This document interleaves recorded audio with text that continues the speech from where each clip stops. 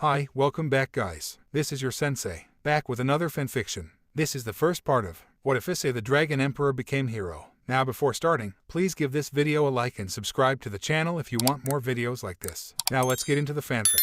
It was almost a month after the Shidou family moved out. Issei was still sad because his best friends, Shidou, Irina, and Haruka, had moved to England. He was inconsolable for the first few days, locking himself in his room while crying. But after a week, he started getting better, much to his parents' relief. Issei had always found it difficult to make friends, and they knew he cherishes his friendship with the Shidou siblings a lot, and that's why he was so devastated when they moved. But slowly he had started to get over it and accept reality, though that doesn't mean he stopped feeling sad. Irina is his best friend, and Haruka was like a brother figure to him. He will never forget about them no matter what. It was not long after they moved away that Issei's father got a promotion in his job. Due to his new position, the Hyoudou family had to move from Kyoto to Tokyo. His parents think that it's a good opportunity for Issei, a breath of fresh air and a chance to start anew and make new friends. And so, without much fuss, the Hyoudou family moved to Tokyo. Had they stayed at least a bit longer, Issei would have recovered from his sadness enough to take a walk to the park by himself and would meet an old man who would introduce him to the path of a pervert. But Issei had left before that meeting could take place, and his fate changed.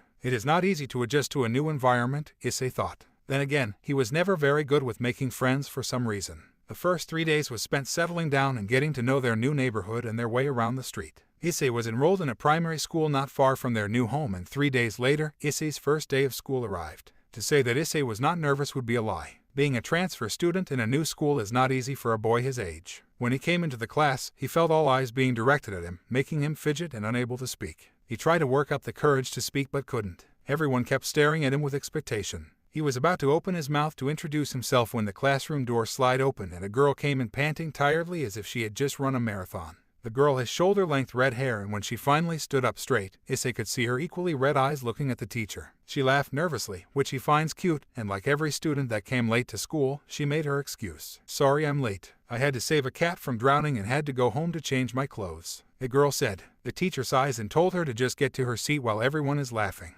But thanks to her abrupt arrival taking the attention away from him, Issei no longer felt tense. The teacher once again told him to introduce himself, and this time he managed to introduce himself flawlessly. "My name is Hyoudou Issei. I came from Kyoto and I hope we can get along." He spoke loudly with confidence he used to have when he was together with Irina and Haruka. Thank God he did not stutter and embarrass himself. "As for your seat, sensei, the seat beside me is empty," the red-haired girl said with her hand raised. Indeed, the teacher saw that the seat beside her is empty and told Issei to sit there. Issei complied and took his seat. The girl who became his neighbor smiled and introduced himself. "Nice to meet you, Hyoudou-san. My name is Takashima Yuuna. Let's get along." Issei took the hand she offered and replied to her offer of friendship with a bright smile. "Yes, let's get along, Takashima-san." That was the day Hyoudou Issei met Takashima Yuuna, a girl who would become his friend for years to come, but more than that, a girl who would shape his very life in the future. Present day. Aiz-kun. Wake up, Aiz-kun. Hyoudou Issei, a second-year middle school student in Sanshu Middle School, felt his body being shaken by someone.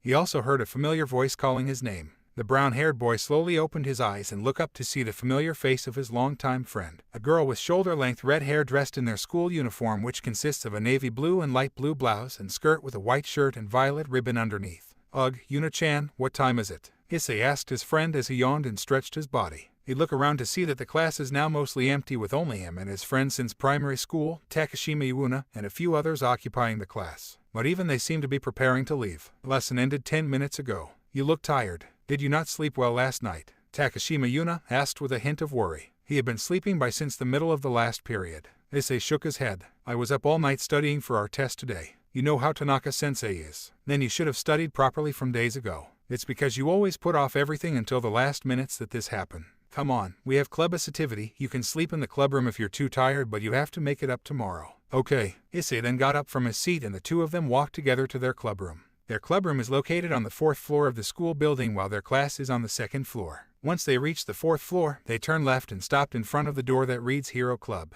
"I still don't understand why you make this a thing," Issei said in a low voice to Yuuna as he slides the door open. There are already 5 people inside, which made them the last to arrive. Yuuna and Issei took their seat and finally everyone in the Hero Club was assembled. Other than Issei and Yuuna, there are 5 other people in the club, making it a club of 7 people. Other than Issei, there is only one other boy in the club. He has spiky blonde hair that darkens as it goes down and is several inches taller than Issei himself. His name is Tsuchimikado Harutora, and like Issei, he ended up in this club at the insistence of his childhood friend. Said childhood friend is the girl with long dirty blonde hair tied in a ponytail who is sitting beside Harutora. Her name is Nogi Wakaba, and beside her is their other childhood friend, a girl with long purple hair that reached down to her waist held back with a red headband. She is Usato Hinata. The three of them have known each other since they were very little. Other than the three childhood friends, two other girls are part of the Hero Club. One is sitting in a corner near the window. She is a quiet girl with long black hair semi-tied up in a bun on her left side. Her brown eyes sometimes scared Issei with how empty it feels sometimes. The last and youngest member of the Hero Club is a first-year girl with blonde hair tied in a ponytail, though her hair is much shorter than Wakaba. She has a matching eye color and is the little sister in the club. Her name is Kanu, and she appears to come from an old family like the three childhood friends. With all the members present, the club activity began. Or at least it would have until they remember that there is someone missing, their club supervisor. By the way, where's Masayami-sensei? Yuuna asked. Usually they would see their black-haired club supervisor, Masayami Igaki, occupying whichever corner of the room that is not occupied by Chikage. I think he's running an errand or have an emergency. I saw him running out of the school not too long ago. Surprisingly, it was Chikage who answered. She is usually silent unless she's being addressed, so it took them by surprise. But since their question have been answered, club activity can start in full swing. I hope Masayami-sensei is alright. Don't worry, whatever it is, Masayami-sensei will be fine. He's a tough bastard, Issei assured Yuuna, who is always worrying about her friends when they seem to be in trouble. Everyone nodded in agreement, knowing their sensei. So let's get started. I checked our website earlier and we already got several requests. Here. And so club activity begins as Wakaba opened her notebook PC to show them their personal website. It's just another day in the Hero Club. Igaki Masayami, former exorcist and currently a school teacher and agent of Kyoto, had received a call not too long ago. There are not many contacts in his phone and only a few numbers regularly contacted him, which he usually welcomed, as those frequent contacts came either from his drinking buddies, which is usually his fellow faculty in Sanshu Middle School, or his wife, Cleria Yagaki as she is known now. And if the call he received is not from his wife or drinking buddies, then he can be sure that it is a business call, and most of the time, this business will very likely be of the supernatural kind. He had crossed his fingers that the business call is of the normal kind, like a job offer or something, but of course it is not. I thought Tokyo is a neutral human territory and protected by an impenetrable kekai. How can these only get through? Masayami inquired through his earpiece as he rode his bike through the streets of Tokyo at full speed. The one he is talking to is a Miko, and not just any Miko but a very important one. She is one of the three great Miko, one who is stationed in Tokyo and watch over the capital city of Japan. The three great Miko each represents one of the Shinto Trinity and stationed in key points in Japan. They are the highest ranking and most powerful Miko in Japan. One of them resides in Kyoto, another resides in Izumo, and the last resides in Tokyo. Masayami is currently talking with the Miko stationed in Tokyo. I have several theories, but without knowing anything else I can't make a conclusion. Shiratori Utano, the Miko of Suzunao, replied from the other side of the line, navigating the streets through the help of a GPS with his destination already given by Utano earlier. Masayami let out an annoyed grunt and increased his bike's acceleration little by little. I'll deal with it. I'll try to capture one of them for questioning. Try to find out what you can while I check the barrier. You do that. Masayami out. The transmission ended and Masayami sighs. He then put on his serious face and mentally prepares himself for a fight. At the speed he's going, he'd reach his destination soon enough. Thankfully Shibuya is not very far. But what is it that they're after in Shibuya? If the Youkai were to come to Minato Ward, he would understand. That's where the school is, and some high-profile people in the supernatural world went there, and the most valuable of them all is Kanu, the daughter of Yusaka, the nine-tailed fox ruler of Kyoto. Another target would be Utano herself, and she mainly resides in a secret shrine in the Imperial Palace in Kyoto Ward, protected by several very powerful kekai. Though to be fair, those targets are not really easy targets, and as he heard it, the oni that appeared are low and middle class oni, mostly with only a handful of high class. That kind of force can't hope to even get close to either Kanu or Utano. Kanu has some ample protection assigned to her by Yusaka and Utano when she decided to come to Tokyo, which includes Cleria and himself as part of their deal. Her presence is also hidden from everyone except Utano. Utano is also guarded by several trained Miko and Onmyouji, and Utano herself is very powerful, even stronger than him and Cleria combined as one of the premier Miko in Japan. So while it is also understandable that the Oni did not attack Minato or Kyoto Ward, if they even knew of Kanu's existence, what makes them choose to attack Shibuya? And from the course they are taking, they are heading to the Meiji Shrine. There is nothing in there, except for one of the wardstone that maintains the kekai that protects Tokyo as a whole. Each ward in Tokyo has its own wardstone that is connected to the main wardstone in the Imperial Palace, which is maintained by Utano. The giant kekai that protect the city guards Tokyo from the assault of malicious yokai and other supernatural force. It also monitors the city and can locate any supernatural beings and Onmyouji inside the barrier. It was made hundreds of years ago when evil yokai plagues Japan and was once used to protect the populace from a rampaging Tamamo no Mi. While it has not seen defensive use for a long time, the Kekai is still maintained even now.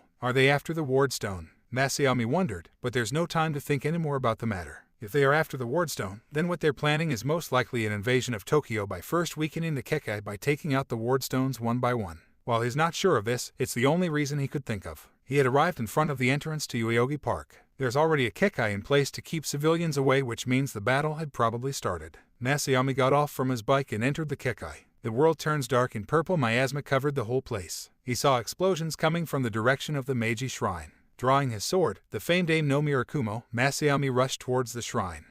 We're finally finished. Harutora fell back to his chair after a day of club activity, feeling very tired. He had just got back from helping one of the teachers clean up the supply room together with Wakaba and Hinata. Hinata sat beside him, taking a deep breath before relaxing. The purple-haired girl looks just as tired as Harutora. Wakaba though doesn't even look winded. She still looks as fresh as when they first left the club room. She has always been the most physically fit out of the three of them. Hinata, while being upbeat, is not a very athletic person, while Harutora is just plain lazy. You're being lazy again, Bakatora. You should move around some more. Wakaba slapped his back playfully, making the blonde boy groan. Hinata chuckled at the interaction of her two childhood friends. They were the first one to finish their request while the others have not returned yet. The Hero Club, though its name is rather pretentious in Harutora's opinion, is a club that focuses on helping people, which is a nice goal for a club in Hinata and Wakaba's opinion. It is established by Takashima Yuuna last year, with its first member being Issei, who had known her since primary school and gained quite a lot of fame for helping many people for free. People can make requests to the club by accessing their website and telling them what they need. Of course, there are rules and regulations to prevent getting unreasonable requests. In order to be more efficient, the club had split up to do the requests they received today. Wakaba, Harutora, and Hinata handle the request made by people around the school, while Yuuna, Issei, Kanu, and Chikage handle requests outside the school.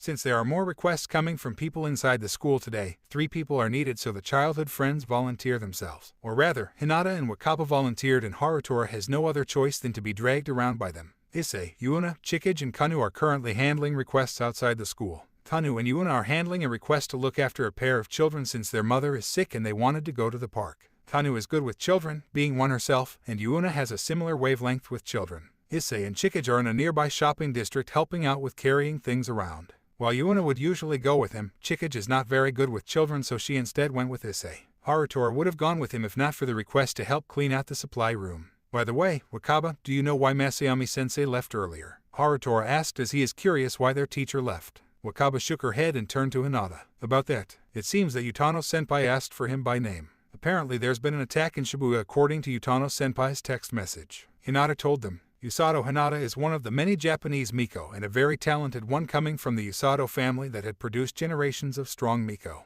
Being a powerful Miko stationed in Tokyo as well as one of the Kyoto princess' close friend, Hinata had texted Utano about their sensei in a private chat group between Miko and had received a reply. An attack on Shibuya. Who would even dare do that? Harutora jumped out of his seat in surprise. A group of Oni, though none of them are notable. With sensei on the battlefield, they won't stand a chance. Although, how did they even slip through the Kekai in the first place? That was a good question that made Harutora and Wakaba pause. After a moment of silence between them, Harutora sat back and relaxed. If Utano need them, she will definitely call. And since they're not asked for, that means the situation is under control. Besides, with Masayomi-sensei on the field, things should end quite soon. The 3 of them continue waiting for their friends to come back. They should be back at any moment now since it's almost sundown. While waiting for them, Harutora decided to take a short nap while Wakaba is chatting with Hinata about some random topic. Time passes until dusk arrives and there is no sign of their friends. What's taking them so long? Wakaba wondered. Suddenly Hinata stood up and her eyes widened in surprise and a hint of worry. We have intruders. The moment Hinata said that, Harutora also woke up from his nap.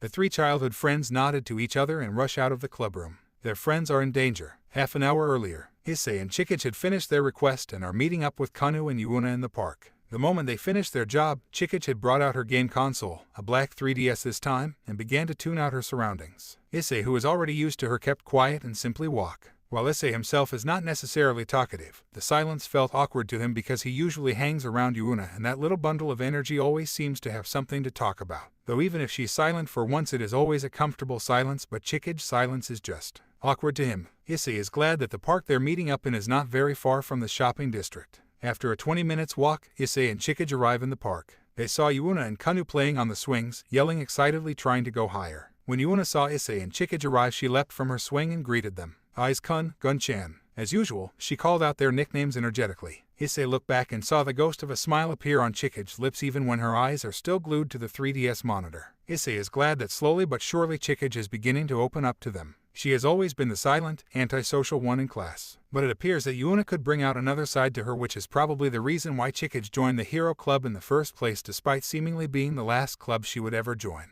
"Hey Yuna-chan, how goes the request?" Issei asked, though he already knew the answer to it. Yuna smiled brightly and gave a thumb up. "It's done without any problem. We play ball and read books with them. We just finished escorting them home a while ago. How about you and Gun-chan?" Issei also gave a thumb up and simply say that it's been dealt with. Yuna turned to Chikage and she nodded without Yuna needing to ask the question. The four then head back to school. "So Kanu-chan, how have you been adjusting to school?" Issei asked the blonde girl who is 1 year his junior. Kanu is the newest and youngest member of the Hero Club and is part of the same club and her senior. It is part of his duty to look after her, just like Yuna helping him all those years ago when he first moved to Tokyo. "It has been fun, Hyoudou-senpai. Though Tokyo is very different from Kyoto, it does have its appeal and I can see why One-sama and Hina-ni like it here," Kanu said. Issei is glad that Kanu is doing fine. Then again, her family seems to be old friends with the trio childhood friends families, so she already have people looking out for her, particularly Wakaba, as she seemed to look up to the older girl and call her One-sama while she calls Hinata as Hina-ni. For the record, she calls Harutora as Bakutora just like Wakaba.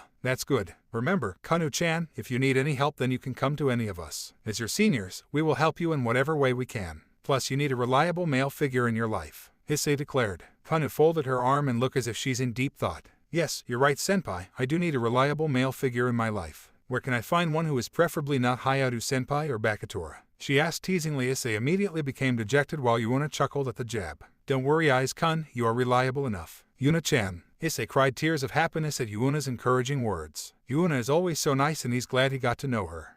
Sometimes he feels like he's unworthy of her friendship. As the four of them continue to walk, Issei began to realize something. Why is there nobody around? And the street is getting darker. Did the sun set faster than usual? He questioned as he looked around. The street is abandoned and the sky did get darker. Issei checked his phone. It's still around 4, so it shouldn't be this dark for at least another hour, especially in spring. Yuna and Chikage, who noticed this oddness, became worried, but Kanu, she looks wary about something. Then suddenly something lunged at them in almost inhuman speed. Issei noticed it and grabbed both Chikage and Yuna and dropped to the ground. The thing passed by them and went for Kanu, who kicked it away. What the hell was that? Issei, Yuna and Chikage got up and looked around. Then they heard footsteps as something appear from the darkness. A group of something appear in front of the Hero Club, and when they see them, the members of the Hero Club couldn't help but tremble in fear. Because what they are facing is something not human. Numerous little creatures with a single small horn protruding from their bald head make up the front line of the group that has arrived. Some have differing skin colors ranging from red to blue to green. Behind the small ones are bigger ones that are about as tall as humans. The bigger ones have 2 longer horns and their fangs can clearly be seen protruding from their mouth, and they wore crude armor as well as being armed with crude weapons like hammers, machetes, and clubs. But the ones that arrive last are what made them no true fear. 2 muscular giants that as demonic face appear. Their glowing yellow eyes promise violence and death. They are at least twice as tall as Issei, and they are without weapon, but they no doubt could shatter any human spine easily with only the flick of their finger. But the most frightening one is the one that looks most human.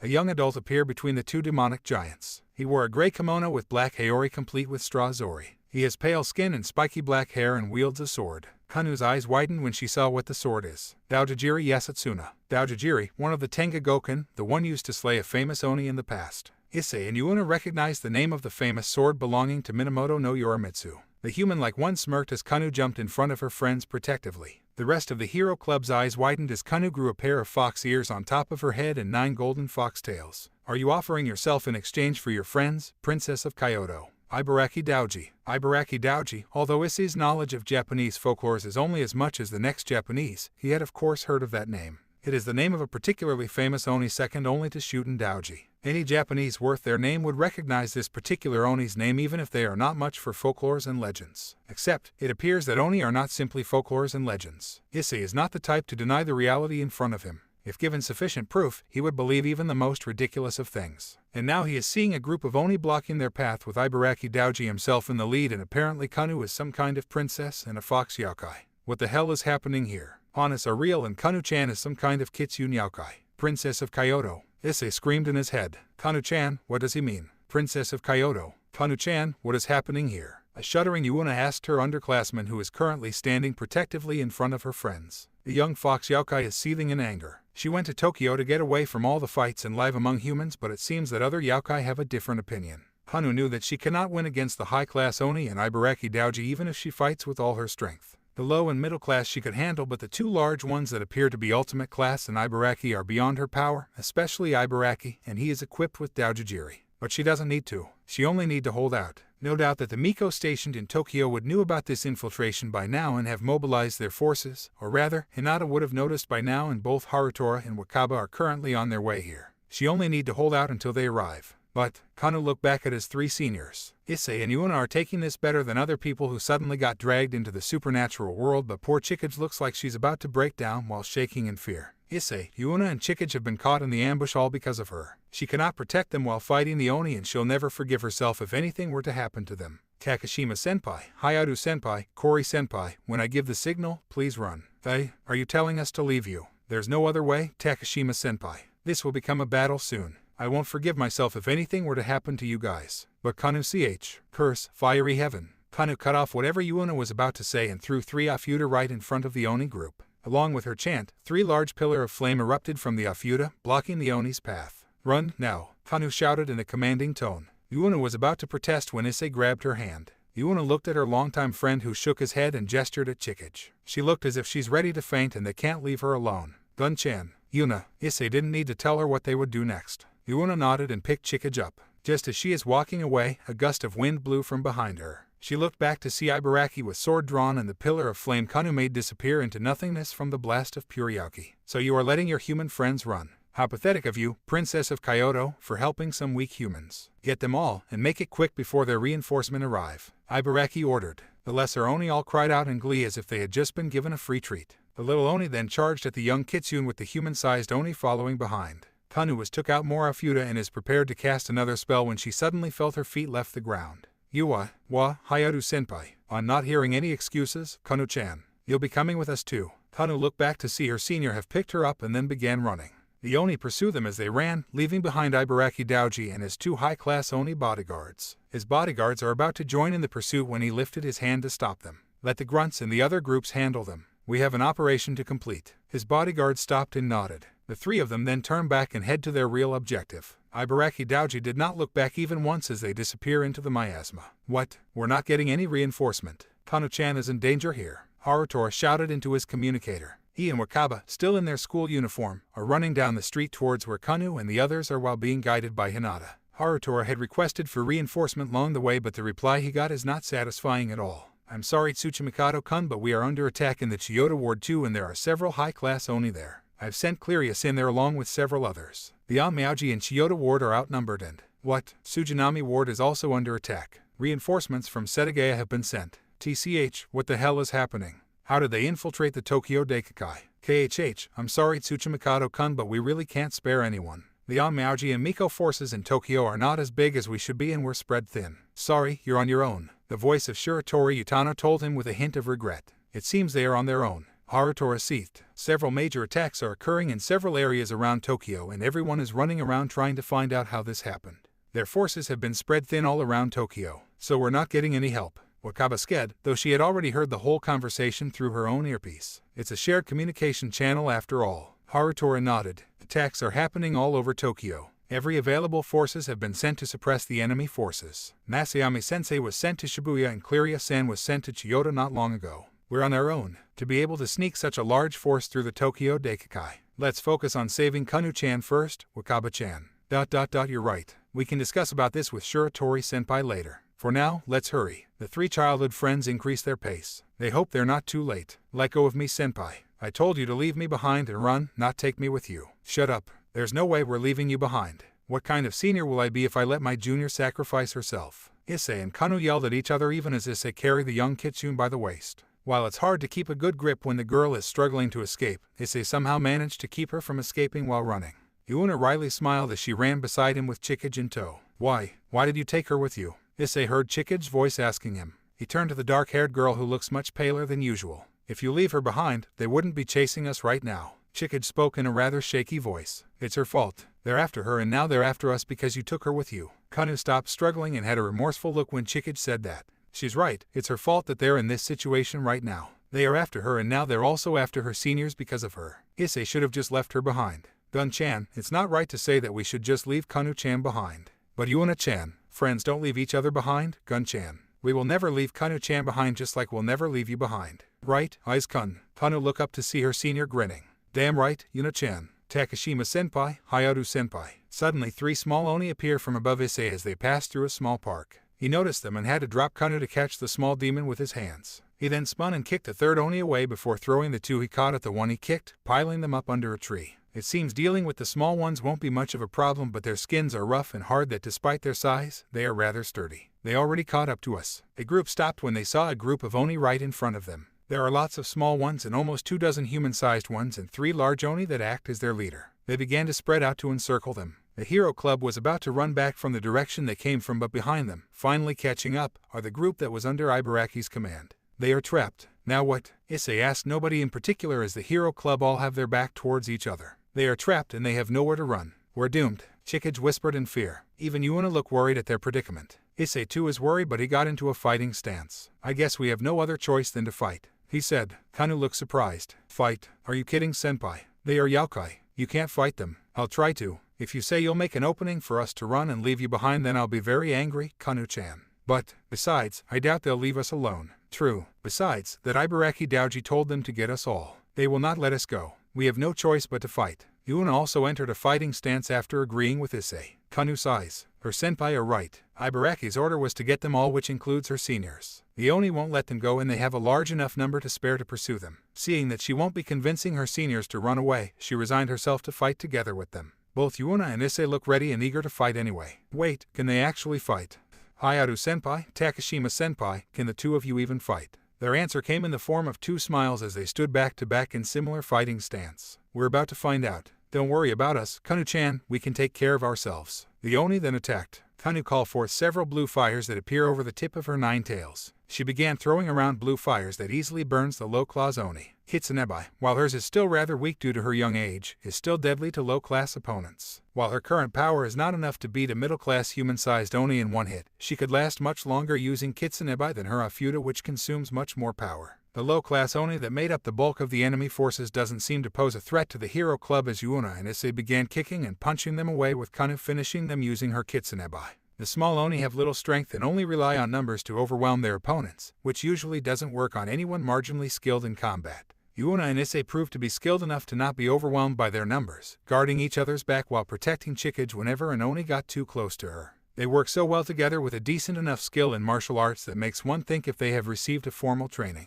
The surprisingly good teamwork between Yuna, Issei, and Kanu made quick work of the low-class Oni, and more than 2 dozens fell. When the middle-class ones decided to attack together with the 3 high-class Oni, Kanu had finished a 4 more low-class Oni when she noticed the hulking figure of a high-class Oni behind her senior. Takashima-senpai, behind you, Kanu shouted. Yuna heard her warning in time to dodge a fist from the large Oni that slammed onto the ground. The power behind the fist was so great that the concrete ground cracked under the Oni's might. Yuna tried to kick the large Oni, but when her leg met the Oni's thick gray skin, she only felt pain as if she had just kicked a large rock. Yuna, Issei called out her name in worry as the large Oni raised its fist once more. He tried to get to her, but a pair of middle-class Oni stood in his way. He ducked under a sword slash and had to sidestep a club smash and jump back, unable to reach Yuna. Kanu also saw her senior in trouble. She threw 3 more Hyoudou that contains the fiery heaven curse that immolates 4 middle-class Oni and 6 low-class before heading to Yuna's rescue, only to be blocked by the remaining 2 high-class Oni that blindsided her and rammed her towards a tree. Issei dodged another clubbing attempt by another mid-class Oni and returned the favor with a punch that only hurt his knuckle while it simply made the Oni angrier. He ducked under another swing and saw Kanu being rammed.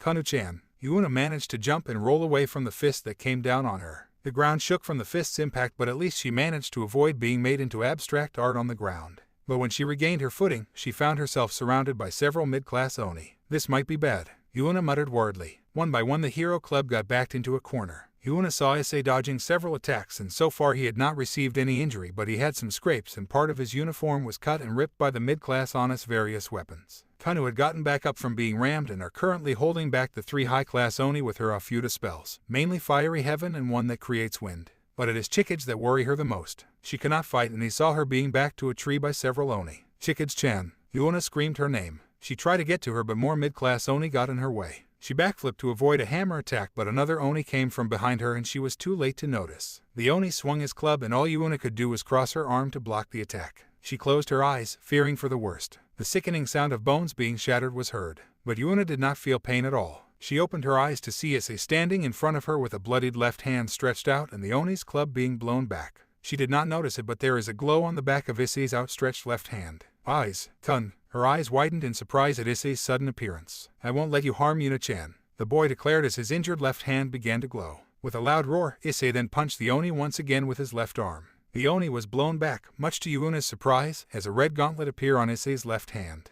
Issei fell on his knees panting. A bead of sweat ran down his face as he gritted his teeth, holding back the pain on his arm, which surprisingly gradually lessened. Issei stood back up. There's no time to rest as more Oni are gathering around them. Then suddenly the 5 Oni encircling Issei and Yuna was struck by something and exploded. Then from above something came and landed in front of them. It is a person, a boy with spiky blonde hair they both recognize. Tsuchimikado. Yo, Hyoudou, Takashima, sorry we're late but don't worry, now that we're here, everything will be taken care of. Harutora grinned. In front of Chikage, another person landed. Nogi Wakaba then drew a sword and with a single slash all Oni that are closing in on Chikage was slain. Trying to act cool doesn't suit you, Bakatora. Following the two's arrival, a chuckle can be heard from the sky where now a yellow eastern dragon can be seen circling the battlefield. From the top of the dragon's head, Usato Hinata held a bow and an arrow of light, aiming them upward. She released the arrow to the sky and it splits into multiple smaller arrows of light that finished off the rest of the low-class and middle-class Oni while the high-class ones managed to endure the attack but not without injury. Yufufu, good work on holding out for so long everyone. Now, Wakaba-chan, Tora-kun, let's finish this fight and go home together. Hinata then jumped down from the dragon's head and the dragon disappeared, returning into an Hyoudou that Hinata put back into her pocket. Seeing the arrival of their friends, Issei, Yuna and Kanu smiled. The Hero Club have assembled and counterattack is now possible. On a building not far from the park where the Hero Club made their stand, a figure in white cloak with a red and black dress underneath and a half-skull mask and hood hiding her identity sat while watching the fight through a magic circle. She watched silently from the beginning of the fight where the Hero Club at first was winning against the low-class Oni but started getting pushed back when the middle-class and high-class came. Being a Youkai, Kanu was the only one who could harm the higher-class opponents, but she's still too young and inexperienced to fight a high-class opponent yet, while the normal humans could do nothing other than dodge and bait the other Oni. Still, they perform admirably well, those humans. The fact that they could survive so long is already impressive in itself without a weapon or the strength to fight back. They are exceptional and would have been strong fighters if given the chance, but it's over. Kanu alone cannot fight off such forces, and she watches Takashima Yuna was about to block a club strike from an Oni. The eyes beneath the mask widened in surprise when she saw Issei, who was supposed to be several meters away, appear and punch the blunt weapon away with his bare hands. That should be impossible. He shouldn't be able to cover such a distance in such a short amount of time.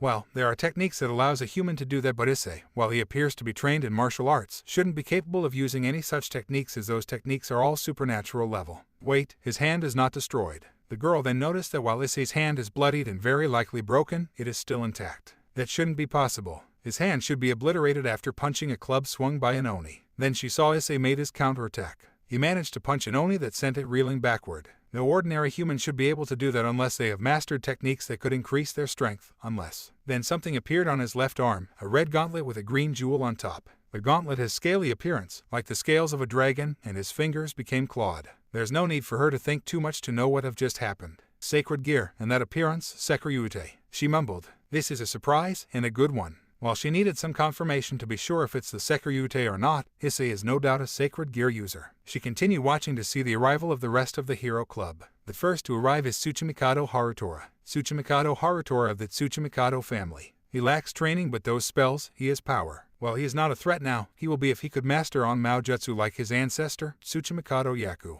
The next to arrive is Nogi Wakaba, who saved Kori Chikage with a single swing of her sword. Nogi Wakaba of the Nogi family. While not as gifted in raw magical power as her two childhood friends, her power level is still high when compared to other Onmyouji. She's not as good with spells and rarely employs them, but her swordsmanship is prodigious. She's a samurai rather than a spellcaster. And last is Usato Hinata, who unleashed a rain of light arrows from the top of a dragon Shikigami's head. Usato Hinata of the Usato family, one of the most talented Miko in Japan. Of the three childhood friends, she is the strongest in terms of magical ability.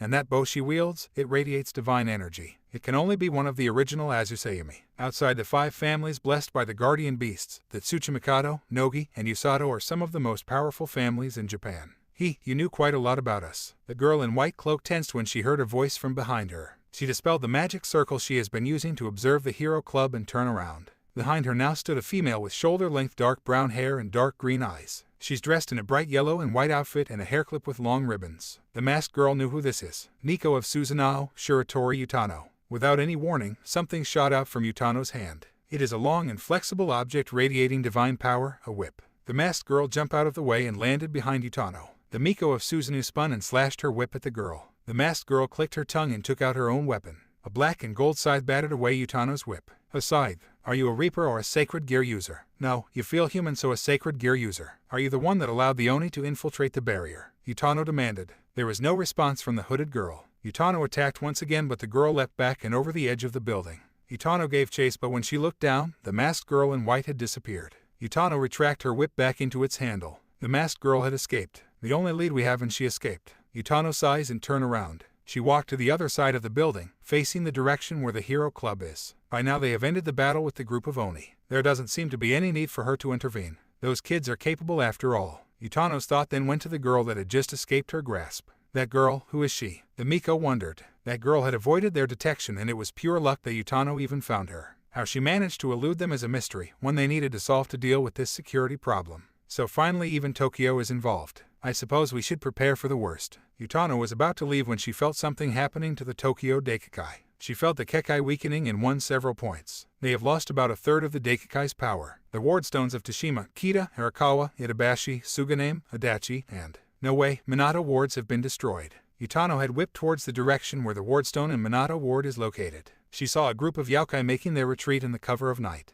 Her eyes widened, not believing that a group that consists of powerful high-class and ultimate-class Oni could escape her detection. Her eyes met with one of the Onis, one she recognized, and the Oni also recognized her. Stopping in the air while his forces made their retreat, Ibaraki Daoji addressed the Miko. Shiratori Utano, it's an honor to finally meet you. I would like nothing more than to fight you, but unfortunately we're on a tight schedule. But don't worry, we will meet again, and when we do, your head is mine, Ibaraki Daoji declared. Utano glared at the legendary Oni as he disappeared into a black portal. Once the Oni have all left, Utano sighs once again. They have a very big problem. With the Hero Club, there is a reason why Yasaka allowed her daughter to leave the safety of Kyoto and her watchful eyes, even if it is to Tokyo, which is protected by a Daikekai. With the situation in Japan as it is and many rogue Youkai around, she normally wouldn't let her daughter out of her sight. But she did. The first reason is easily because it is Tokyo. Like with Kyoto and Izumo, Tokyo, which is the capital of Japan, is protected by a Daikekai, an enormous barrier that prevented it from being invaded by Youkai and spirits. Tokyo is the city of humans, and for a Youkai to enter it, they must go through official channels or born inside the Kekai itself. Otherwise, not even one of the great monsters of Japan could penetrate its defense. The second reason is because Shiratori Utano is there. Izumo, Tokyo, and Kyoto each house a Miko of one of the Shinto trinity of Amaterasu, Tsukuyomi, and Susanoo, and out of the three current Miko of the Shinto trinity, Shiratori Utano is the strongest, and that said a lot considering that Yasaka herself is the Miko of Amaterasu.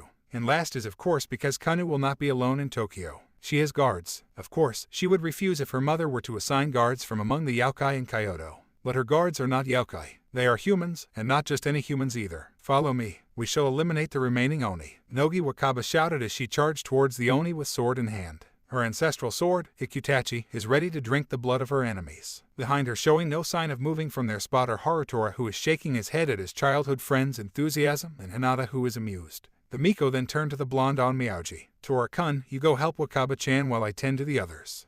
Should I? I don't think she even need our help, Harutora said while pointing at Wakaba, who had quickly dispatched one of the high-class Oni with ease. Wakaba simply dodged around the Oni's attacks with her smaller size and superior agility and speed that are at near inhuman level, and leapt to the air as she swung a Kutachi to behead the Oni. The blessed sword did not meet any resistance, as even the thick skin of an Oni is not strong enough to withstand a cut from a sword blessed by the gods themselves. Another Oni tried to blindside her like with Kanu earlier, but Wakaba did not pay it any heed even when she noticed. It is because before the Oni could reach Wakaba, the Youkai was struck by a powerful thunder attack courtesy of Harutora. While the thunder spell did not finish it and merely stopped the Oni, Harutora followed up with an ice spell that finished it off. Frigid heaven. The Oni was encased in a tomb of ice and shattered into a million pieces. Wakaba gave Harutora a knowing smile. She could always count on him to watch her back. The swordswoman then proceeded to dispatch the last Oni. The large Oni raised its weapon high, but a well-placed thunder spell blew it away from its hand. Without its weapon, Wakaba beheaded the Oni easily with her sword, and the last Oni fell. With their enemies eliminated, Wakaba sheathes her sword and rejoined Harutora. The childhood friends are just that good.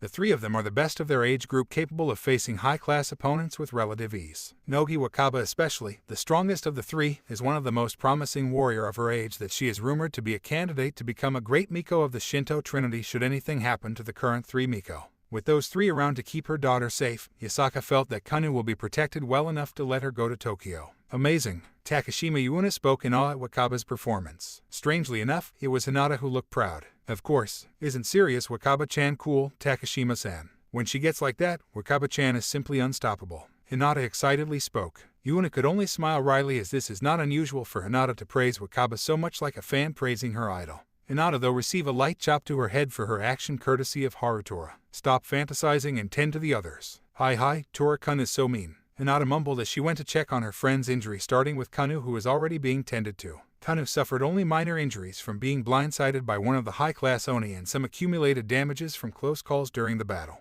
Luckily, the group that attacked them are not particularly strong. Even the high-class Oni are of the lower tier of their class, meaning they are not particularly special, which is strange when Harutora think about it. While Kanu is not at a level that can kill high-class opponents with ease like him and his childhood friends, she is also an important target being the princess of Kyoto. The enemy should have spared stronger personnel. The high-class Oni they fought also seem to act like amateurs. Something is going on. It is as if Kanu is not their main target despite her importance, and capturing her is just a bonus, not the main objective. Harutora shook his head. He could think about it later. For now he should worry about his friends. He saw Issei currently staring at his left arm in wonder. His arm is covered by a red gauntlet with green jewel and black clawed hand, a sacred gear. And not just any sacred gear if his suspicion is correct. He approached Issei who is currently sitting on the ground beside Yuna. Yo, Hyoudou, how are you feeling? Tsuchimikado, thanks for the safe. If you guys didn't come we would have been done for. Haha, I'm not about to let my friends die. Speaking of which, you seem to be fine even after finding out that the supernatural is real. Harutora waved it off as nothing. After all, they are friends. So, I guess now you know about us in the supernatural world. Sorry for keeping you guys in the dark, but that's just how it is. Issei nodded. He could understand what he's saying. He had read enough stories, played enough games, and watched enough movies to know that there are reasons the supernatural world should be hidden from normal people. Though if it were not for the danger they had been in, Issei would have laughed at the situation, which is very much like what he saw in fictions. Yuna too also understand and forgave them for keeping the supernatural world a secret. We understand, Tsuchimikado-kun. And thank you for helping us. As usual, Takashima Yuna is very forgiving. She gave Harutora a thankful bow which Harutora felt he did not deserve for arriving late. If they had arrived sooner, nobody would have been injured. Speaking of which, Tsuchimikado, do you know anything about this? Issei asked while raising his left hand, still covered in the red gauntlet. That, Hyoudou, will be discussed later. Issei nodded, knowing that this is not exactly the best place to talk. Harutora then helped Issei up and brought him to Hinata to be healed. There will be explanations later. For now, it's time to rest and let their wounds heal. I wonder why Chikage doesn't want to come with us. Issei wondered as he and Yuna walked side by side, following the Youkai princess and childhood friends from behind. They are currently being led to where Harutora lives. Apparently, out of the four of them, only Harutora's family actually has a residence in Tokyo and all of them live together there as a result. After being patched up by Hinata, the Hero Club decided to talk things in Harutora's place. But one member decided to not come. Out of the 7 members of the Hero Club, Chikage is the only one absent. Gun-chan must be tired and scared after what she went through. I wonder if she's alright. Yuna said, worried about Chikage. If you want, we can check up on her later after we're finished. Yes, I would like that. Issei smiled. As always, Yuna worries about other people more than she worries about herself. We're here, Harutora said. Issei and Yuna ended their conversation, and their jaws fell open when they saw the structure in front of them. It is a large gate with walls to either side. Issei and Yuna had passed through this place before. Inside is a large Japanese-style mansion, with a large garden. They didn't know that this mansion actually belongs to Harutora's family. Welcome to the Tsuchimikado family's Tokyo estate, Harutora said as he spread his arm, welcoming the 2 members of the Hero Club who had never came to his house. Their flabbergasted look really amused him, but thankfully for Yuan and Issei, they are here for business, so neither Harutora nor Hinata took a picture of their surprised expression. Let's go. Aju Samatachi, Harutora-sama, welcome home. Yuna and Issei were astounded as they walked down the hall of the Tsuchimikado estate. Maids would bow and greet Harutora and his childhood friends formally whenever they passed by one. So far, Issei had encountered at least 5 maids, and he's sure there are more since the estate is quite big. They knew that Harutora and his childhood friends all came from a wealthy and old family, but intellectually knowing something and seeing it with your own eyes are 2 very different things.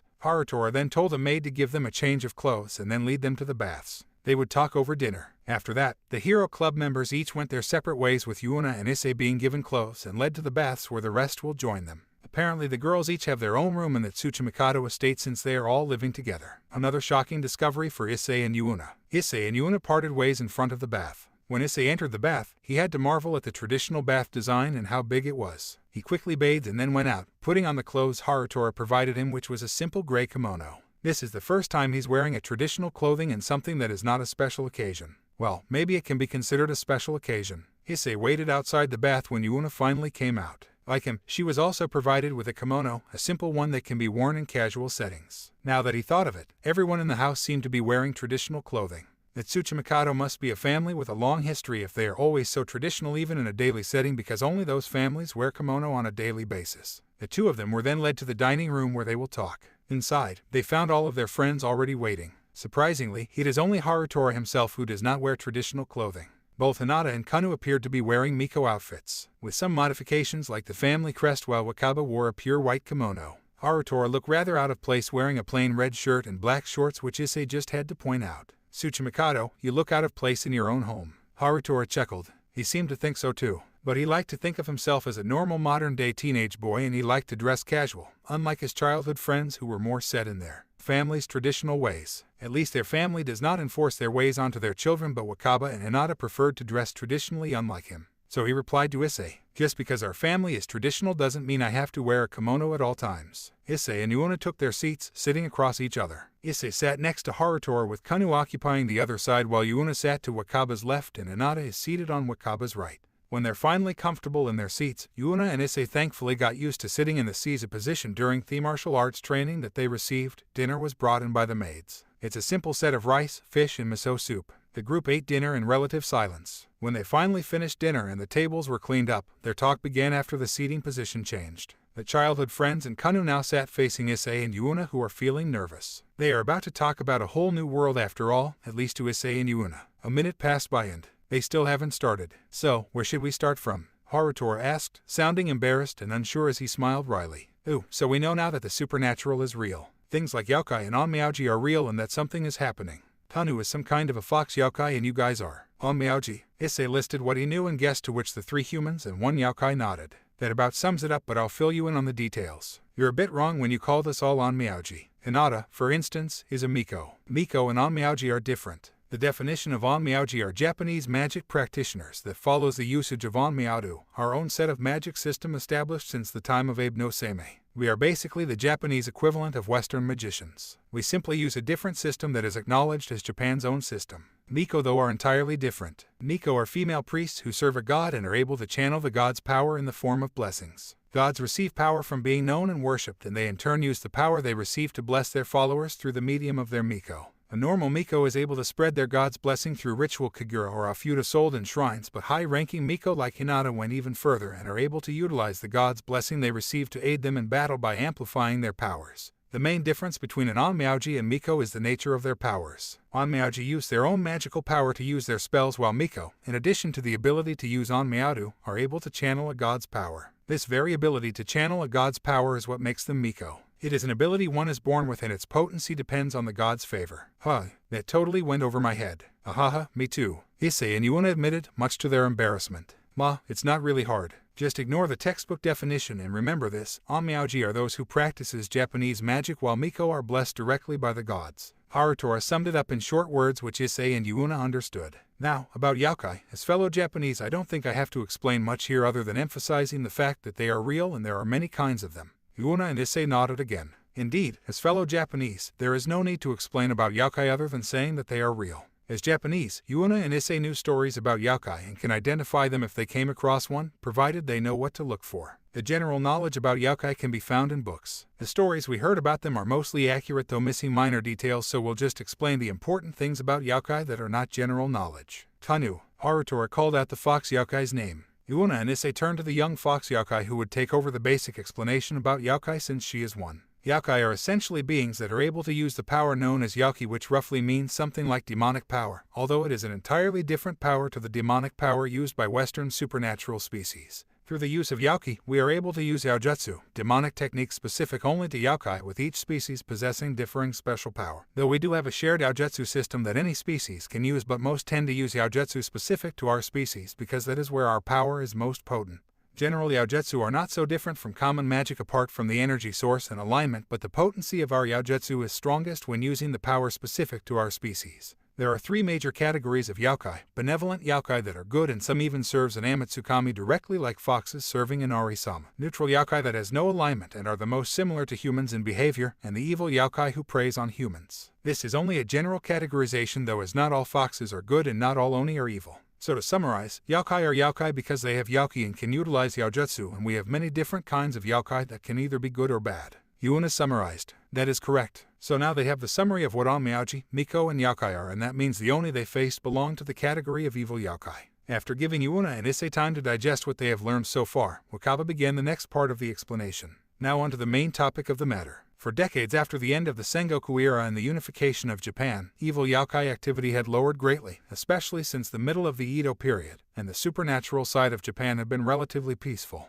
There were still a number of supernatural-related incidents, but compared to the past, you can call the era peaceful. This is thanks to the efforts of all kami of Japan, the Onmyouji, Miko, and benevolent Youkai that had joined forces to end the era of strife, and with the death of many powerful and notable evil Youkai like the Kurama Tengu, Shuden Daoji, Tamamo no Mi, Nu and many others, the evil Youkai lost their rallying points and were scattered across the lands, unable to do much other than causing some troubles in the areas they are in. Peace reigned for a long time, that is until the early days of the Showa period, Wakaba said in a foreboding tone. Hinata then continued for her. A lot of things happened during that period, but speaking of it in detail should be left for later since it will take a lot of time. So in short, a great enemy by the name of Darokuten Mao appeared with a great army and declared war on the Amatsukami. Ikoto Amatsukami fell to the Mao and it signaled the beginning of another war. Realizing how powerful this Darokuten Mao is for being able to eliminate all the Koto Amatsukami, and that is without his army, the Amatsukami as well as their allied kami along with the majority of the benevolent Youkai under the command of the Hayeki Yaku of the Supreme Commander of all Spirits sealed Takamagahara with a temporal seal to keep the Mao from spreading destruction throughout Japan. The rise of Imperial Japan coincides with this Mao's rise, and the decline of Imperial Japan coincides with the Mao's sealing.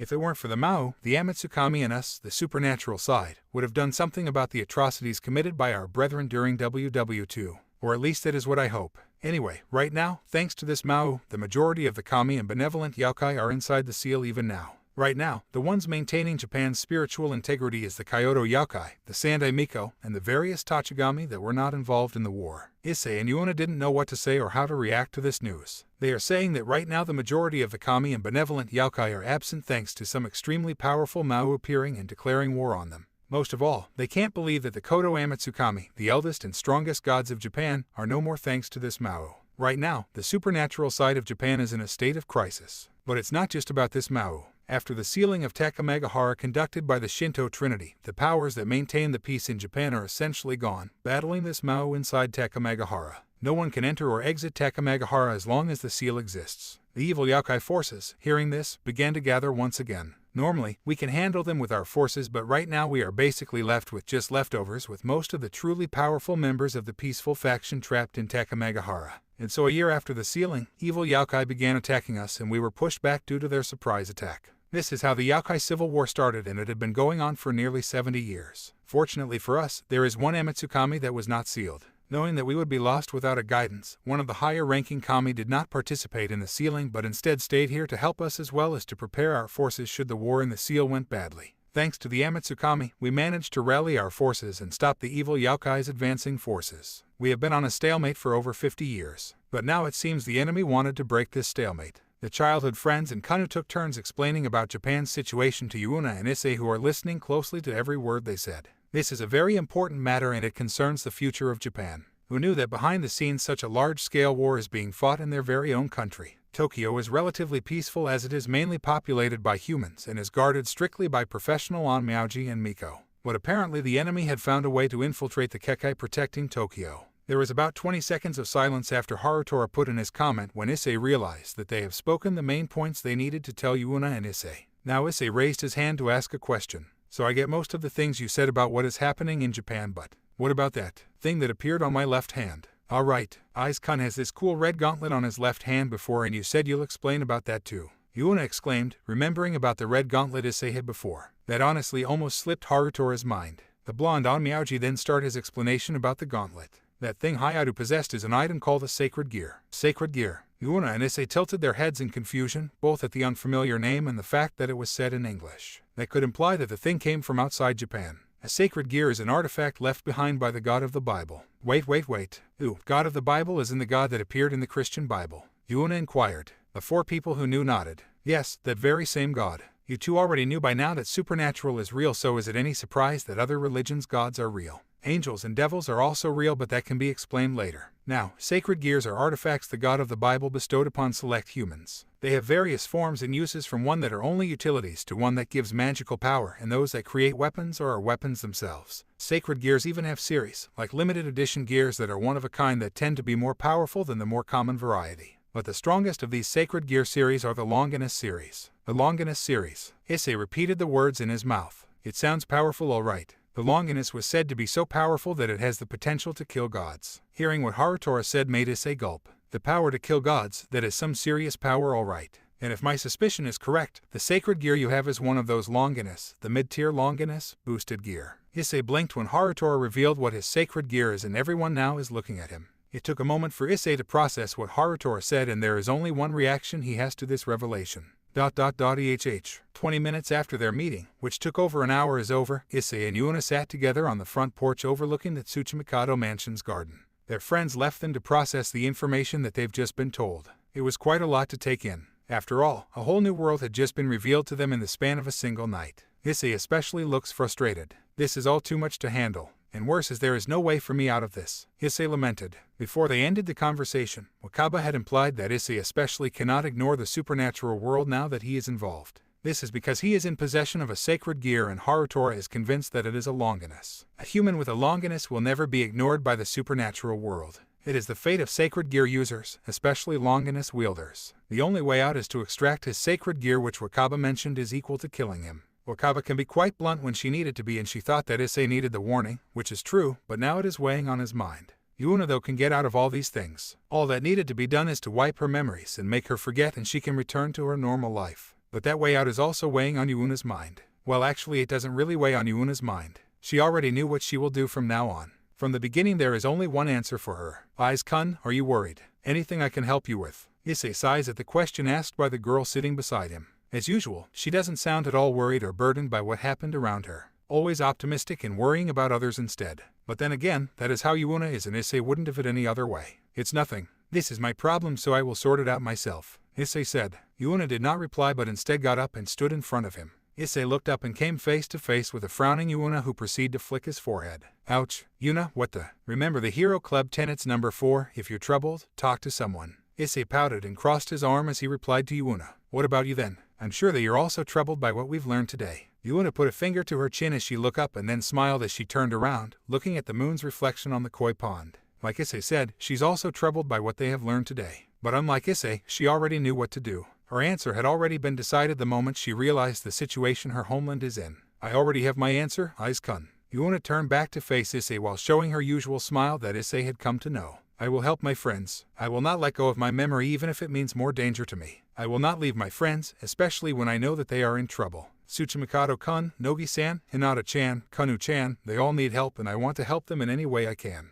Yuna said to him, eyes filled with unbreakable conviction. Issei stared at Yuna, not finding any lies or doubt in the words she uttered moments ago. The sacred gear user sighs. It's just like her to say that. It will be dangerous, you know. This is not a problem that we can solve by helping carry a few stuff around. Our lives can be at stake here. Even so, I want to help them, or at least try. After all, you're likely to succeed if you try, Yuna said again. Issei heaved another sigh, but then his lips curled into a smile. I guess I found what I want to do. Issei stood up and walked towards Yuna. Putting a hand on her head and then ruffling her hair, Issei grinned. I'll have to make sure to keep you out of trouble, Yuna-chan. Yuna pouted, but as Issei walked back into the mansion to sleep while laughing all the way to his room, Yuna smiled. Thank you, Aiz-kun. 1 week later, Tsuchimikado Mansion. Harutora, Kanu and Hinata sat on the sideline as the three of them watched the 2 sparring matches that are currently happening in the dojo. One is Nogi Wakaba against their sensei, Masayami. Ikitachi and Aim no Mirakumo clashes as the 2 sword wielder exchange blows at high speed with incredible technique, though it is obvious that Wakaba is being pushed back by Masayami while the former exorcist himself doesn't look winded. To untrained eyes, the 2 of them appear to be evenly matched and extremely skilled. To those who knew better, though, the difference in skill and experience shows as Wakaba is barely keeping up with Masayami. Her speed and instinct are the only things allowing her to even match blades with their teacher, though Masayami is also impressed that she could even do that much in such a young age. Nogi Wakaba, while not as gifted in the mystic arts as her friends and would likely never reach their level in that field, is in turn one of the most gifted swordswomen in modern-day Japan. It was like she was born to wield a sword with how natural she seems to be with it, and Masayami feels honored to be given the opportunity to cultivate such impressive talent.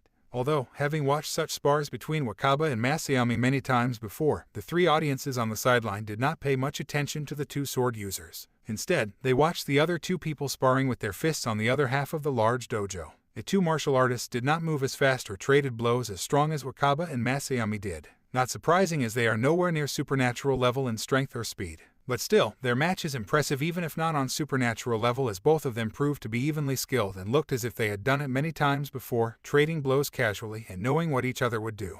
Hyoudou Issei and Takashima Yuuna, seeing them spar is like watching a dance between two people as they move in some kind of harmony. Kanu had asked where the two of them learned how to fight, since they handled themselves rather well during the Oni attack. Apparently Yuuna's father is a martial arts instructor, and both Issei and Yuuna had been training together since they knew each other. Of course, training martial arts together was Yuuna's idea, and she dragged Issei along while saying that the key to a healthy life is to have a healthy mind and body. It really is something that Yuuna would say. Is this really okay? Takashima would be happier not knowing about anything, Harutora said as she watched the two friends spar. Yuuna had decided to not have her memory erased and even said that she will help them in any way she can. Truthfully, there is nothing she can help with other than by joining the Onmyouji force. But Harutora is of the opinion that such a path is not suited for Yuuna. The only reason why he even allowed her to choose is because he doesn't like forcing his decision on his friends. I don't know, Tora-kun. But Hinata watches Yuuna and Issei block each other's kick, smiles adorning their face as Issei followed up with a punch that Yuuna blocked and then countered with a judo flip which threw Issei to the floor and Yuuna placing him in a lock.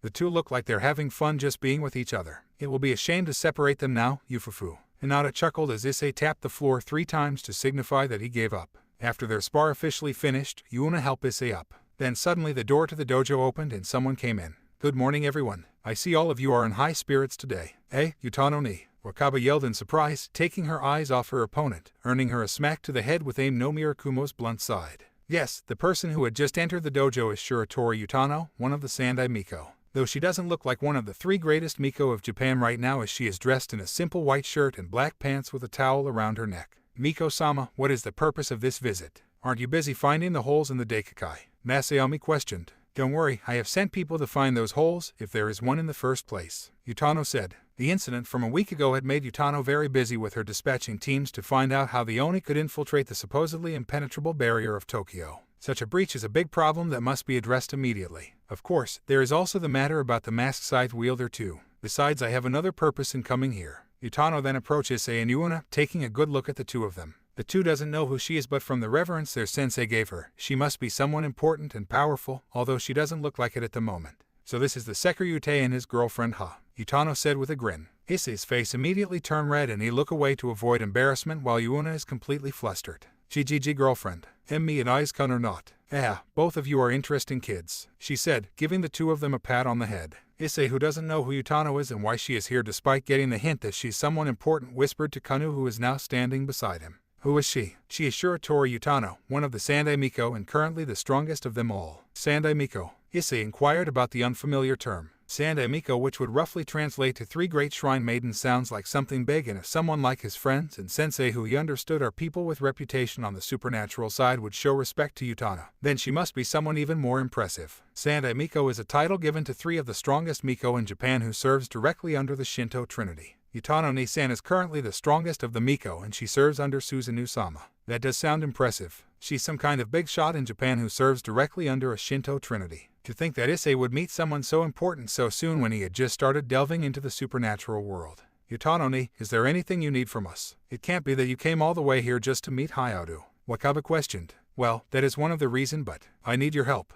A masked scythe user was watching us when we fight. Wakaba yelled out in surprise. This is the main reason that Utano came to visit the Tsuchimikado mansion, to talk about the masked scythe user. Utano didn't have the time to talk about it before, so it took so long for her to mention it, but now that she had mentioned it, everyone is on full alert, even Issei. Yes, I believe this is the person responsible for getting the Oni into the Kekai. It would make sense if there is someone inside opening a path for them to get in. That makes sense. But this is also worrying news to everyone in the Hero Club. Someone had managed to get inside the Kekai and opening up paths for their enemies to get in through. Furthermore, this person is undetectable when not using their power, making the task of finding them very difficult. This scythe user needs to be taken care of immediately. And that is why I need your help, Wakaba-chan, Harutora-kun, Hinata-chan, Masayami-san. We don't have enough manpower to defend Tokyo while looking for this person. Besides, I can't send just anyone to fight this enemy. She escaped before we can seriously fight, but I have the feeling that this scythe user will be more than what our agents can handle. Which is why I can only rely on you guys. Wakaba smiled, happy that the Miko of Susanoo came to them for help. Wakaba herself looked up to Utano as a kind of a big sister figure. She was her senior back during her early days training to become a Miko until it was found out that she doesn't have the aptitude to become one despite coming from a long line of Miko. She's not even half as talented as Harutori in spellcasting. It was Utano who encouraged her to pick her own path and discovered her talent for swordsmanship. She also acted like a big sister to her and her childhood friends. Now the person she looked up to came to her for help. Wakaba is without a doubt more than happy to help her. She looked to her sides and see Harutori and Hinata smiling along with her. They all share the same thought. It is our pleasure to help you, Utano ni. You can count on us. Wakaba replied for them all. The Miko of Susanoo is extremely grateful for their help. She would have preferred to handle this matter herself, but with the recent development, she will be too busy dealing with taking command and handling the aftermath as well as focusing on the Oni forces to deal with this insider. I would be happy to help, Miko-sama, but Masayami said but trailed off in the end. Sending a look at the remaining 2 members of the Hero Club, Utano did not ask by name. She understood what Masayami is implying.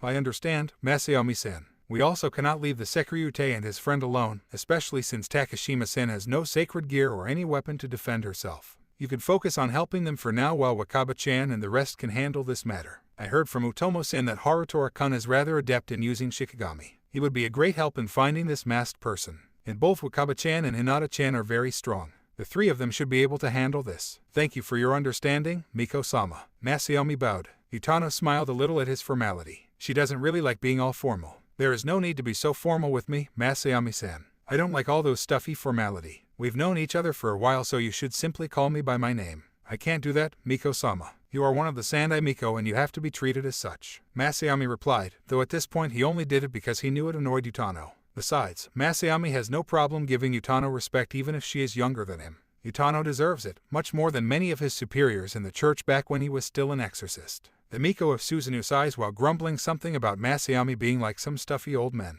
Issei, and pretty much everyone else, noticed the small smirk their teacher has at hearing Utano's annoyance. Issei and Yuuna smiled. They will definitely enjoy their time together with these guys. Night. Hori Chikage is leaning on the railing of her apartment's veranda. Today her friends, Issei and Yuuna, went to the Tsuchimikado mansion for some training. Her grip on the railing tightens when she thought about those 2 going to see the 3 childhood friends, the Hyoudou princess, and the former exorcist turned teacher. You look agitated, Kai-chan. Thinking about your friends. Chikage clicked her tongue in distaste when she heard a female voice behind her. Of all the people they would send, it has to be her, the person she didn't get along with the most. Chikage turned around to see a blonde young girl around a year or 2 older than her sitting on her bed. Jean. There is no one else in the hero faction that annoys Chikage as much as Jean does. The inheritor of the Maid of Orleans spirit is everything Chikage is not and frankly, everything she doesn't want to be. He had hoped that Cao Cao would send someone else to check up on her, preferably Siegfried or Jorg, but it just has to be Jean. Well, at least it's not Heracles. He can be even louder than the blonde. Cao Cao had read your last report. You made contact with the Miko of Susanoo and managed to gauge the strength of the Hyoudou princess bodyguards. Chikage nodded. She had sent her report concerning their operation here with the Youkai as well as what she found out last week, including her suspicion that her friend, Hyoudou Issei, is the current generation Sekiryuutei and wielder of the mid-rank Longinus sacred gear, the boosted gear. She knew that their leader, Cao Cao, will be interested in the information.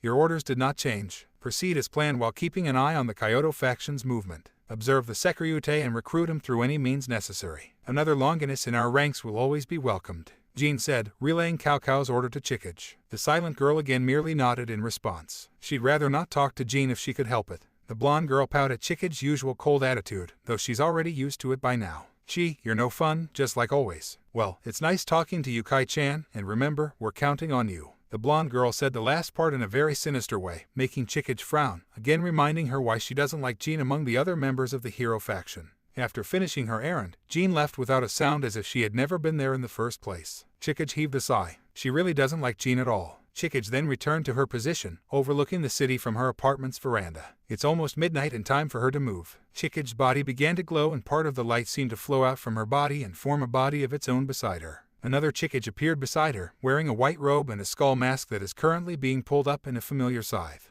You know what to do, Chikage said to her copy. Her copy didn't give any reply, and the only proof that she understood her is her pulling down the skull mask and jump off the veranda onto the roof of a house far below. Chikage watched as her doppelganger disappeared into the distance, jumping over rooftops. I wonder if you can forgive me after all this, Yuuna-chan, Issei-san. When Kori Chikage entered the class first thing in the morning, she saw a very unusual sight. Takashima Yuna immediately slumped down on her desk the moment she put down her bags. The usually energetic girl looked so tired, like she had been put through a grinder. Behind the redhead, her other friend, Hyoudou Issei, is also letting out a tired groan while burying his face in his arms. How unusual for you two to be so tired first thing in the morning.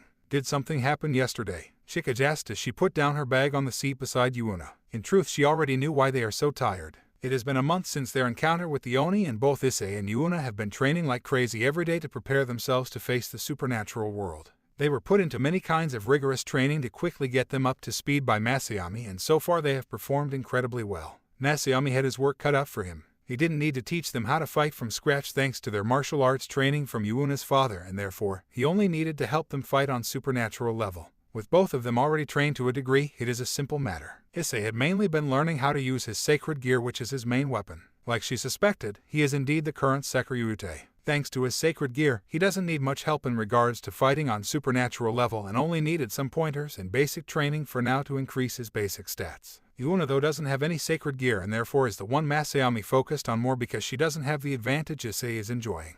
Though she did overheard Masayami saying that Yuna has a lot of energy and with lots of training and refinement can give her a potent Tauki. Not a surprise since she really is a big bundle of energy. Right now, she is being taught how to control her internal energy to give her some minor power boost, a basic enhancement for supernatural martial artists. While she is not ready for a real fight like last time, she would actually be able to do some harm to lower level creatures now. But she will need a weapon to make it decisive because it will be quite some time until she can naturally develop her strength to superhuman level. How did Chikage knew all this? She always has a clone following and watching over them hidden from view. With her skill in stealth and the nature of her existence as well as her sacred gear, she is nearly impossible to detect. And even if she is detected, she can simply dispel her clones. Shichen and Misaki, her personal power is really convenient. But of course, officially, she shouldn't know all that, so that is why she asked Issei. Training. Man, Masayami-sensei really didn't hold back his punches last night. I mean, usually he let us get a hit in or two. I know, he's faster than usual last night. Ooh, I can still feel that bump on my head.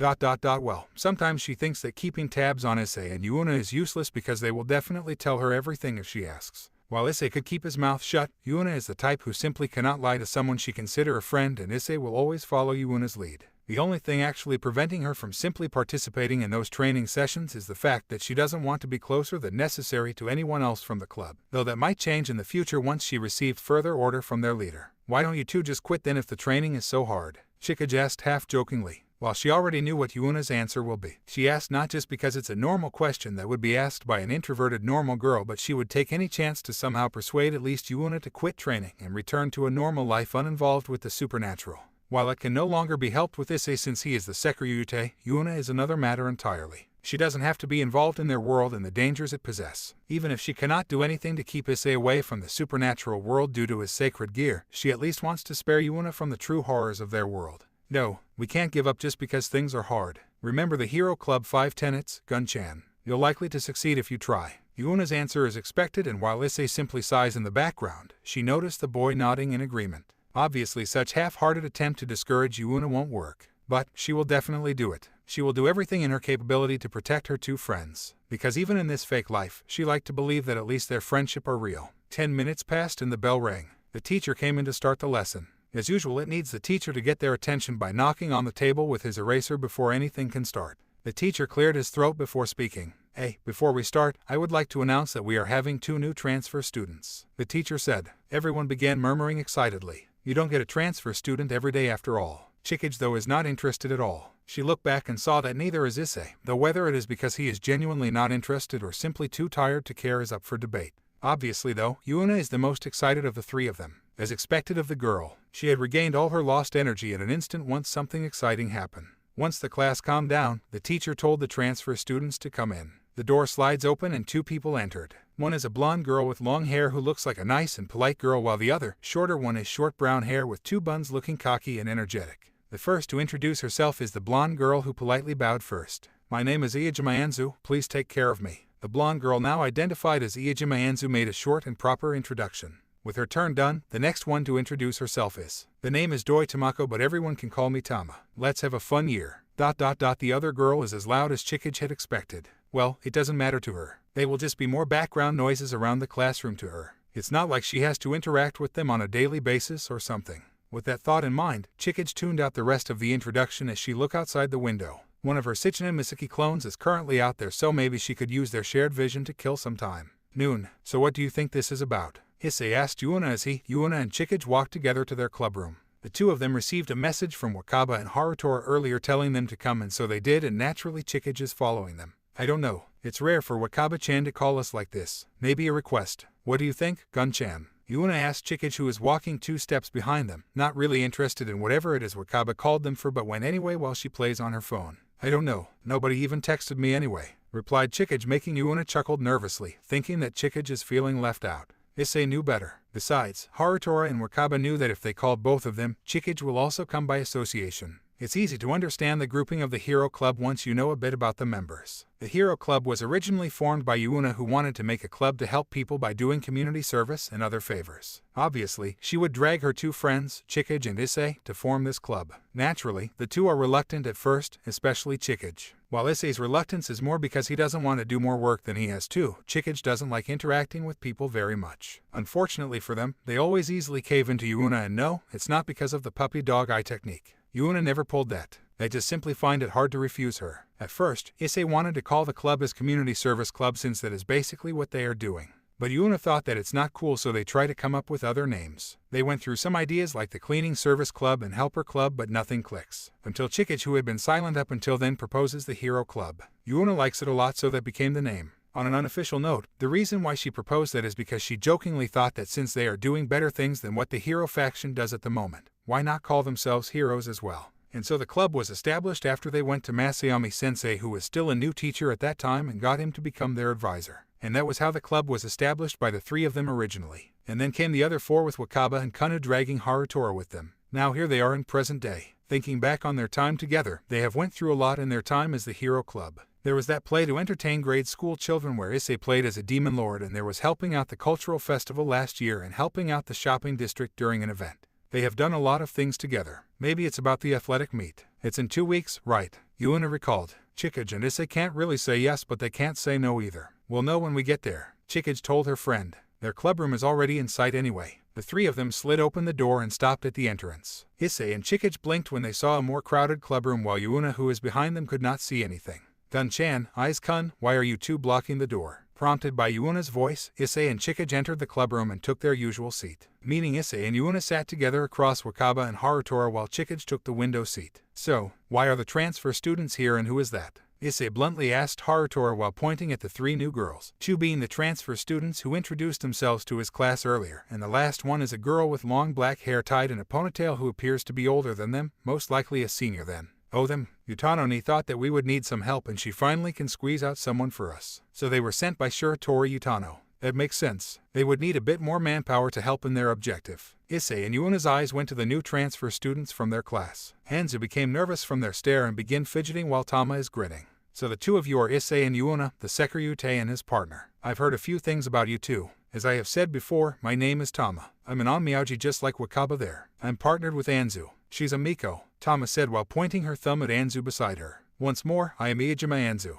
I am still a trainee, but I hope I can be of use to everyone. I hope we can get along. Hyoudou-san, Takashima-san, Kori-san. Anzu addressed the 3 founders of the club, even Chikage, who at least acknowledged her with a nod when she said her name. Then Yuuna and Issei turned their attention to the older black-haired girl, who proceeded to introduce herself. My name is Hyoudou Akino. Shiratori-senpai have asked me to help all of you. Let's get along well, Yufufu. Issei didn't know why, but Akino's laugh at the end made him shiver as if there is something sinister concealed behind it, but he shook it off as his imagination. If he had noticed Harutora and Wakaba also shivering at the same time, he wouldn't have dismissed it so easily. With Akino's introduction done, Harutora spoke. Well, these are the help Utano-ni could spare us. Both Iijima and Doi are still in training, but they are good, so instead of continuing their formal training, Yuta-ni thought that it would be better to simply complete their training with us while also getting some field experience. Hyoudou-senpai though is a fully trained Miko and Yuta-ni's personal student, and she will be the one to complete their training. Issei nodded in acknowledgement. So they got themselves 3 more helping hand from Utano. That is good.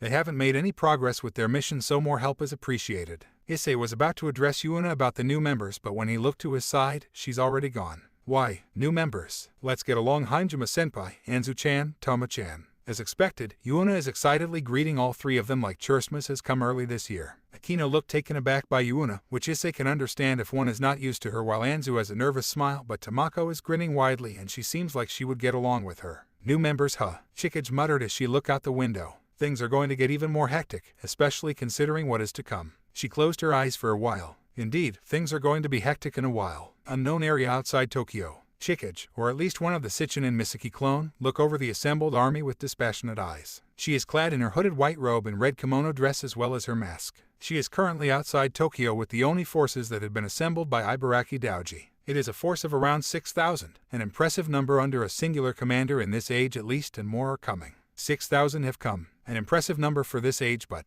back in the past, this is considered small. During the old age, all supernatural forces fought in tens of thousands at the very least, and it is considered a small skirmish, and what is considered a large battle would involve millions of us. How the mighty have fallen indeed. Chikage heard Ibaraki Daoji speaking beside her while overlooking his army with a strange expression that is different from his usual ice-cold normal attitude or beast-like ferocity during battle. The last living legendary Oni then turned to her. In order to allow my army into Tokyo, we need to destroy the ward stones. Is everyone in position to destroy the stones? Ibaraki asked. During their initial attack, they did not just aim for the ward stones in a hit-and-run tactic, but also aimed to plant their people inside Tokyo in case the initial attack failed, which they expected to. Chikage sighs but nodded in confirmation. Everyone is in place, but we should wait for a bit until everyone is fully ready. We only have one chance to pull this off, so it is best if we are all fully prepared. Ibaraki acknowledged Chikage's logic. While he wanted to assault Tokyo and kill Utano as quickly as possible, he had learned patience in his long life. Like Chikage said, they only have one chance to pull this off. It is best if they don't waste it.